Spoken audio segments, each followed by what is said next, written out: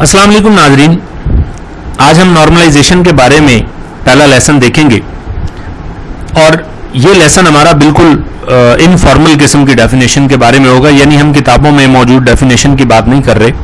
हम इसको एक सादा सी डेफिनेशन के साथ या बिल्कुल सादा अल्फाज में समझने की कोशिश करेंगे कि नॉर्मलाइजेशन हम किस चीज़ को कहते हैं।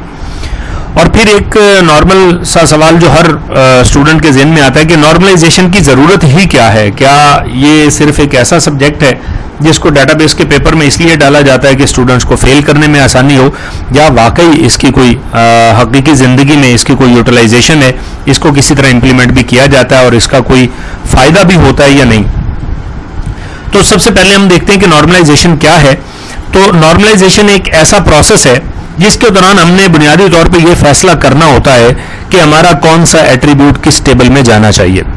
ये बिल्कुल इसकी मुख्तसर तरीन डेफिनेशन है, किताबी डेफिनेशन के अंदर आपको मिलेगा कि जी ये एक स्टेप बाय स्टेप प्रोसेस होता है जिसमें हम टेबल्स को सिंप्लीफाई करते हैं। बेसिकली सिंप्लीफाई करने से मुराद भी यही होता है कि हम ये बिल्कुल साफ डेफिनेशन में तय कर लें कि ये एट्रीब्यूट फलां टेबल में मौजूद होगा।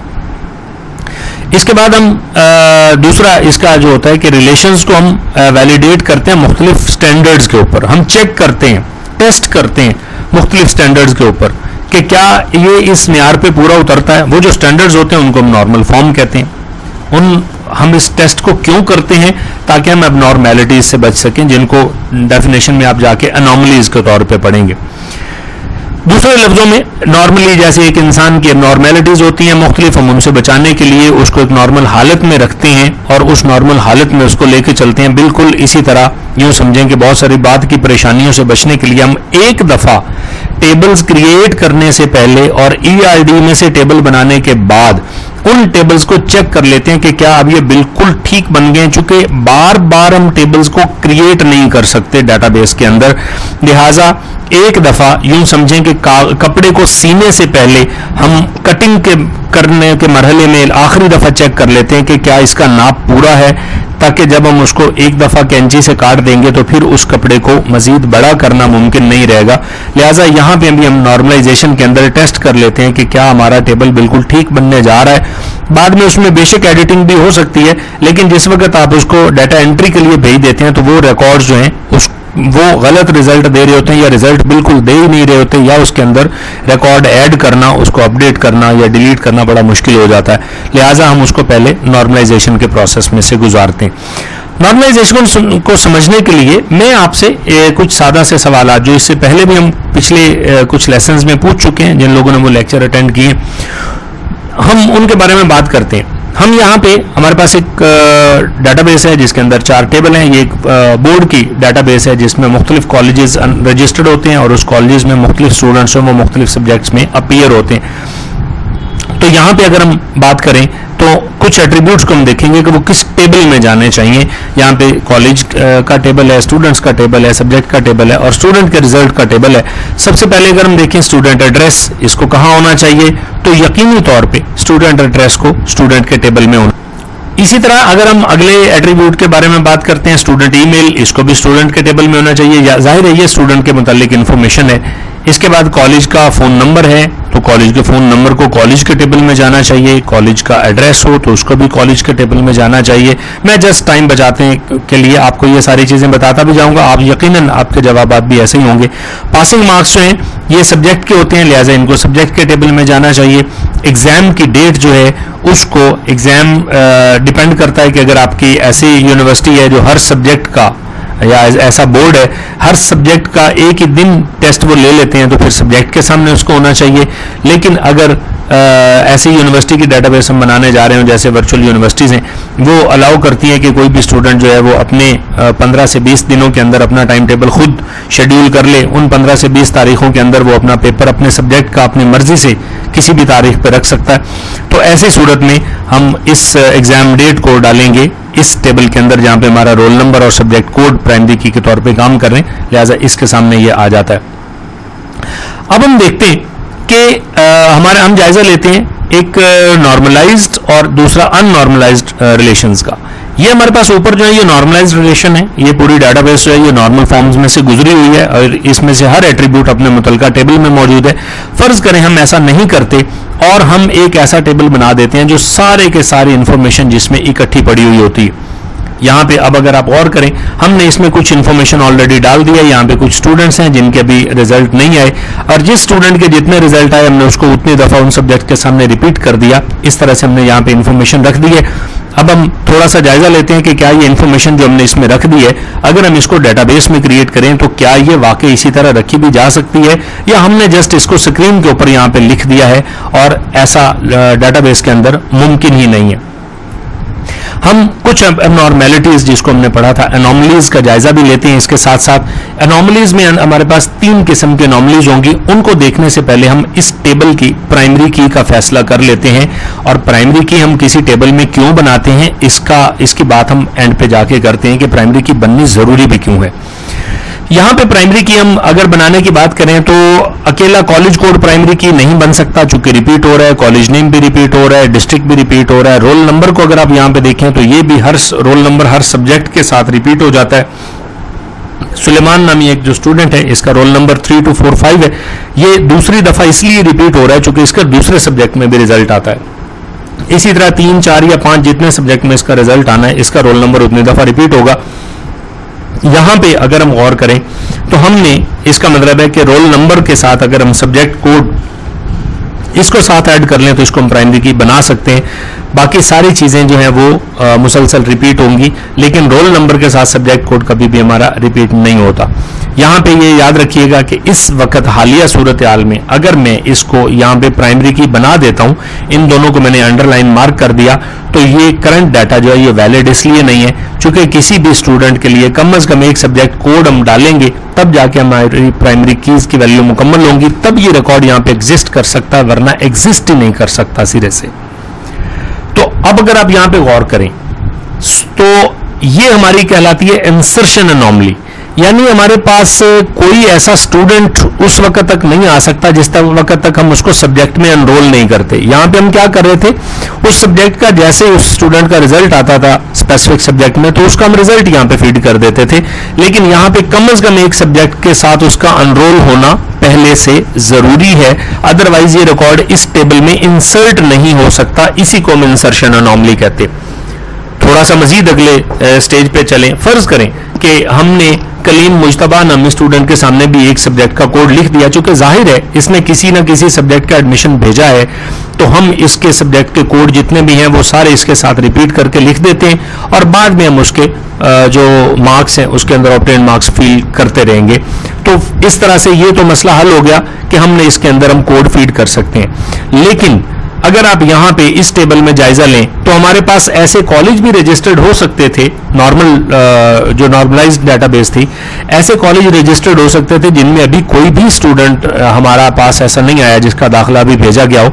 लेकिन नीचे वाले टेबल में अगर आप देखें जो अननॉर्मलाइज्ड है, तो ऐसे किसी स्टूडेंट की इंफॉर्मेशन जब तक मौजूद ना हो जो उस कॉलेज में रजिस्टर्ड है, तो हम अकेला कॉलेज रजिस्टर्ड नहीं कर सकते। जरूरी है कि कॉलेज रजिस्टर्ड हो तो उसके अंदर कोई ना कोई स्टूडेंट हो और उसने किसी सब्जेक्ट में एडमिशन भेजा हो, तब हम कॉलेज को रजिस्टर्ड कर सकते हैं। तो ये हमारे पास एक एनॉमली है, इसके अंदर डाटा इंसर्ट नहीं हो सकता जब तक ये सारे के सारे वैल्यूज कम से कम कॉलेज के बारे में उसका रोल नंबर किसी स्टूडेंट का और उसका सब्जेक्ट कोड ना फीड कर लिया जाए, चूंकि ये प्राइमरी की और प्राइमरी की नल नहीं छोड़ी जा सकती, जैसा कि इन रिकॉर्ड में आपको नजर आ रहा है कि ये नल है, लिहाजा ये रिकॉर्ड इसके अंदर ऐड नहीं हो सकेंगे। ये इंसर्शन एनॉमली है। डाटा इंसर्ट ना हो सकना इंसर्ट करने की एबनॉर्मेलिटी या एनॉमली कहलाता है। दूसरे नंबर पे हमारे पास आएगी डिलीशन एनॉमली।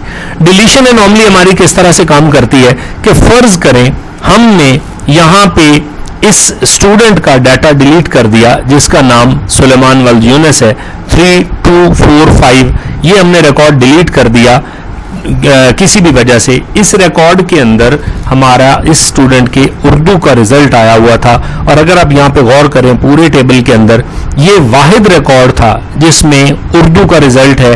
लिहाजा जिस वक्त मैं इस इंफॉर्मेशन को डिलीट करूंगा, जो कि मैं अपने दानिस्त में एक स्टूडेंट का एक रिकॉर्ड या एक रिजल्ट सिर्फ डिलीट कर रहा हूं, तो उस वक्त मेरे पास उर्दू सब्जेक्ट के टोटल मार्क्स भी डिलीट हो जाएंगे, जो कि मेरे लिए बाद में इंफॉर्मेशन एक ऐसी है जो इस टेबल में और किसी भी जगह स्टोर नहीं है।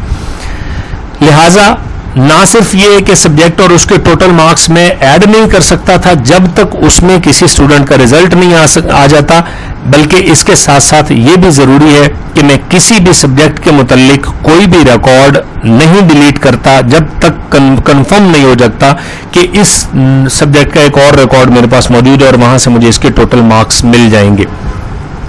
इसी तरह यहां पे ये भी याद रखिएगा कि कोई ऐसा स्टूडेंट जो किसी कॉलेज का वाहिद स्टूडेंट हो या आखिरी स्टूडेंट हो जिसका रिकॉर्ड हमारे टेबल में है, आप उसको डिलीट करेंगे तो आपके पास से कॉलेज की सारी इंफॉर्मेशन डिलीट हो जाएगी, जो कि ऊपर वाली डेटाबेस के अंदर ऐसा नहीं था। आपने कॉलेज का कॉन्टैक्ट नंबर, उसका एड्रेस, टेलीफोन नंबर, उसकी लोकेशन, उसके प्रिंसिपल का नाम, सब कुछ कॉलेज के टेबल में रखा होता है और उसका हरगिज इस बात से ताल्लुक नहीं है कि आप ये ऊपर वाले टेबल में से स्टूडेंट का रिकॉर्ड डिलीट करेंगे तो उसकी कॉलेज की इंफॉर्मेशन डिलीट होगी, या यहां से आप किसी रिजल्ट को डिलीट करेंगे तो उस रिजल्ट के डिलीट करने से हमारे स्टूडेंट या सब्जेक्ट के मुतालिक इंफॉर्मेशन डिलीट हो जाएगी। लिहाजा इस नीचे वाले टेबल में जो कि हमारी अननॉर्मलाइज्ड डाटाबेस है, इसके अंदर ये एक डिफेक्ट है, ये फॉल्ट है कि इसमें हम जब रिकॉर्ड एक डिलीट करते हैं, कुछ ऐसी इंफॉर्मेशन डिलीट करते हैं जो डिलीट करना जरूरी है, तो हमें याद नहीं रहता और हमारे लाइल्मी में हमारे पास से ऐसी इंफॉर्मेशन भी डिलीट हो जाती है जो उसके बाद हमारे लिए हासिल करना मुमकिन नहीं रहता। इसके बाद अगली एनॉमली, तीसरी एनॉमली, इसको अपडेटिंग या मॉडिफिकेशन एनॉमली या अपडेशन एनॉमली भी कहा जाता है।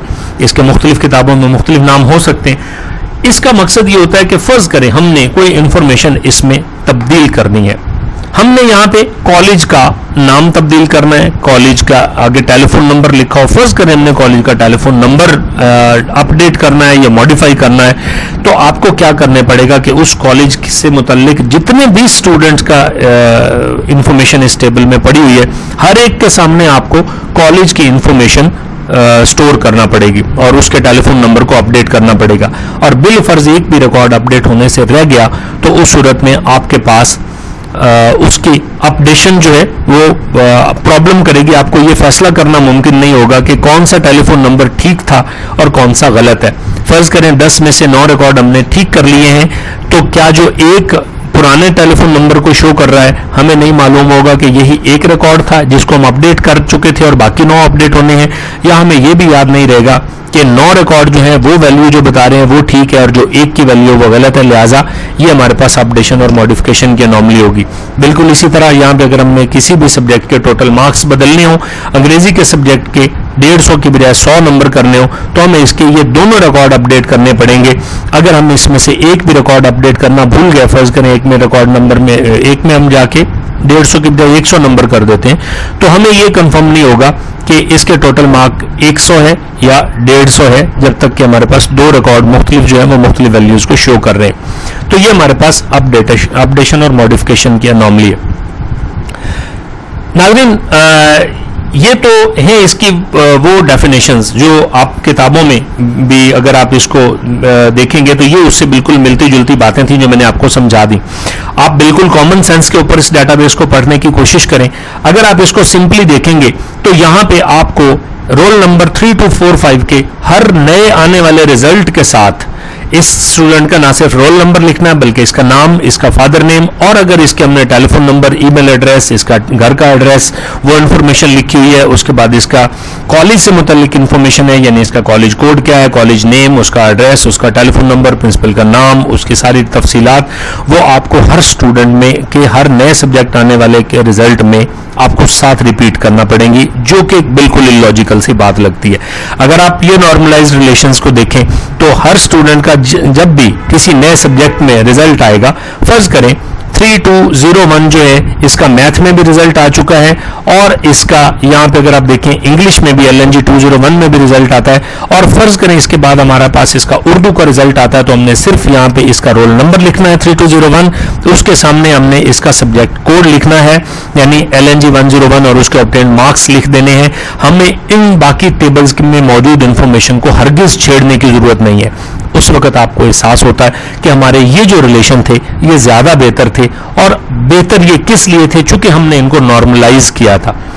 ये नॉर्मलाइजेशन में से गुजरने से पहले आपको इस तरह की सारी एबनॉर्मेलिटीज का में फंसा सकते हैं और आपके लिए ये इंफॉर्मेशन को गैर ज़रूरी इंफॉर्मेशन के साथ गड़बड़ हो जाएगी आपके टेबल, और आपके लिए अपने इंफॉर्मेशन को स्टोर करना प्रॉपरली बहुत मुश्किल हो जाएगा।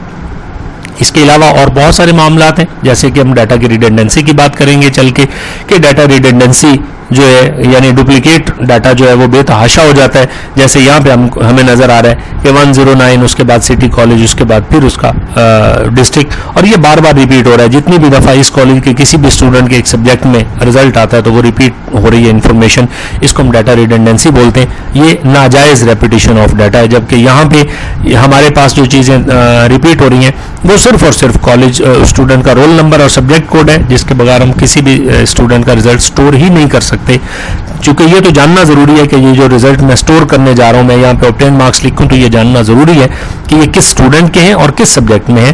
लिहाजा ये रिडेंडेंसी अगर आप इसको बोलेंगे तो ये वो रिडेंडेंसी है जो बिल्कुल जरूरी है, और इसके बगैर इंफॉर्मेशन को आइडेंटिफाई करना जरूरी मुमकिन नहीं रहेगा कि ये इंफॉर्मेशन किससे मुतल्लिक है।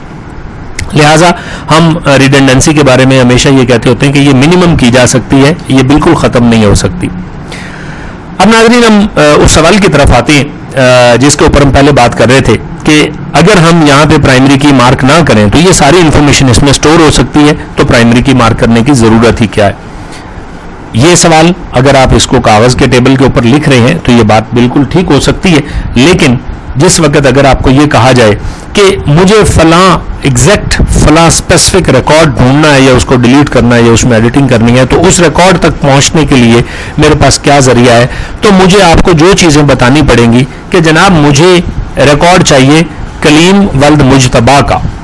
तो जब मैं कलीम वल्द मुजतबा कह रहा हूं तो आप यहां से इस डेटाबेस में बड़े आराम से ये तो ढूंढ लेंगे कि कलीम वल्द मुजतबा कौन है, और अगर इसके पास कोई रोल नंबर ना हो तो ये याद रखिएगा कि कलीम वल्द मुजतबा किसी भी कॉलेज के अंदर 2 या 2 से ज्यादा स्टूडेंट्स के नाम और वल्दियत हो सकती है, और ना सिर्फ ऐसा बल्कि किसी दूसरे कॉलेज में भी इसी नाम का स्टूडेंट हो सकता है जिसकी वल्दियत भी वही हो। लिहाजा ये उस स्टूडेंट को पहचानने के लिए काफ़ी नहीं होगा। किसी भी स्टूडेंट के पेपर को पहचानने के लिए उसका नाम और वल्दियत काफ़ी नहीं होता, बल्कि उसके ऊपर रोल नंबर लगाया जाता है। किसी शहरी को पहचानने के लिए उसका शनाख्ती कार्ड नंबर या जिसको सोशल सिक्योरिटी नंबर कहा जाता है उसको जानना ज़रूरी होता है। तो ये सारे के सारे चीज़ें हमारी यूनिक एट्रीब्यूट होते हैं, इसी को हम प्राइमरी की कहते हैं। प्राइमरी की का मतलब होता है कि वो हमें एक रिकॉर्ड को यूनिकली आइडेंटिफाई करने में मदद दे। मैंने फर्ज करें मैं आपको एक टेलीफोन नंबर बताता हूं, तो आपको उसके साथ शहर का कोड और मुल्क का कोड अगर गलत हो जाएगा तो वही टेलीफोन नंबर किसी दूसरे मुल्क के किसी शहर में रिपीट हो सकता है। लिहाजा हम उस वक्त प्राइमरी की ये कहेंगे कि कंट्री कोड, सिटी कोड और टेलीफोन नंबर मिला के यूनिक हो जाता है, और यही वो वजह है जिसकी वजह से हम कोई भी टेलीफोन नंबर मिलाते हैं तो दुनिया के किसी भी कोने में वो एग्जैक्ट उस शख्स के नंबर के ऊपर हम जाके डायल कर रहे होते हैं जो हमारा डिजायर्ड नंबर होता है, जो डिजायर्ड शख्स होता है। लिहाजा यहाँ पे भी हम ऐसे एट्रीब्यूट, एक या एक से ज्यादा एट्रीब्यूट्स को मिला के अपने रिकॉर्ड को यूनिकली ढूंढने की ट्राई करते हैं, ताकि हमारे पास वो रिकॉर्ड जो है उसको हम यूनिकली जान सकें। और इसी वजह से हम ये कहते हैं कि प्राइमरी की वैल्यू देना बहुत ज़रूरी है, उसको हम नल नहीं छोड़ सकते, क्योंकि वो हमारी पहचान का एट्रीब्यूट होता है। अगर हम उसके अंदर भी नल वैल्यू छोड़ देंगे तो हमारे उस रिकॉर्ड को पहचानना मुमकिन नहीं रहेगा।